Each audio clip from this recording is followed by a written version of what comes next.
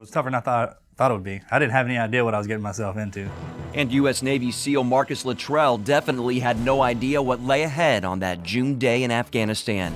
The Navy dropped into the mountains Luttrell and 3 other SEALs, Lieutenant Michael Murphy and Petty Officers Matthew Axelson and Danny Dietz. They were to capture or kill the Taliban leader who commanded Osama bin Laden's army. Some of the guys were getting the okay, something's not right here feeling, the uneasy feeling, but it was still, business as usual. Business as usual until the mission was compromised. Luttrell says 2 men and a boy out walking their herd discovered them. I mean, obviously this was a critical situation that we were put in. The question now was what to do with the Afghans.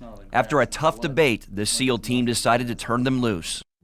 In my heart of hearts, were they, they didn't have any firearms or anything like that? No, they didn't, but there's always that chance they could have came back and killed us all. So, yeah, I wanted to take them out, but we can't. That's not the way we are, so we turned them loose.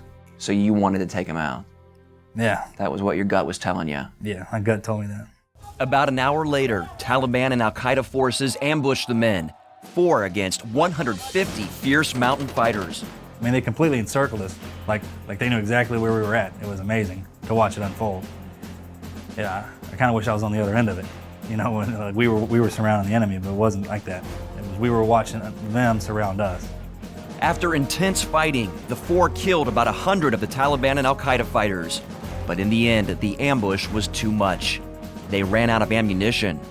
We were talking back and forth the whole time, and a bullet would come down the range and either zip past our head or zip through one of the guys. And inevitably, each one of the guys succumbed to their own wounds.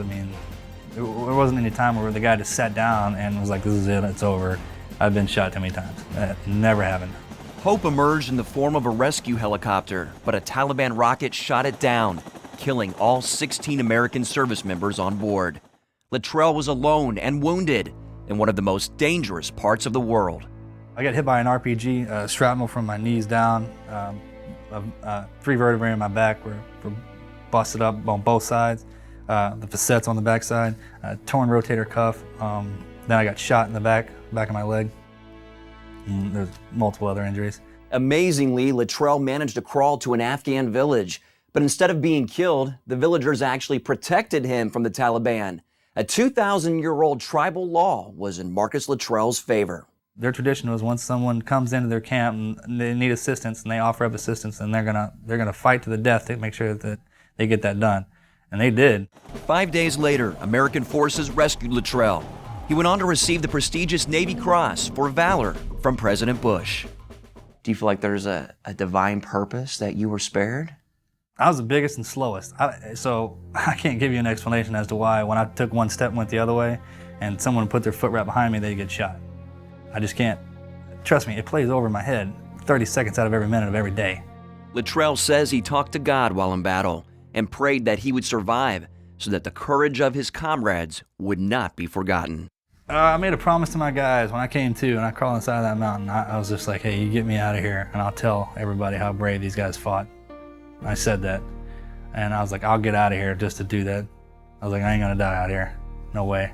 Luttrell chronicles the experience in the book Lone Survivor.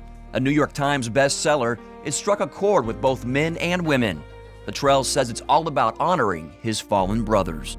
And what they did and the sacrifices they made. Like I said, the book's about them. Mark Martin, CBN News.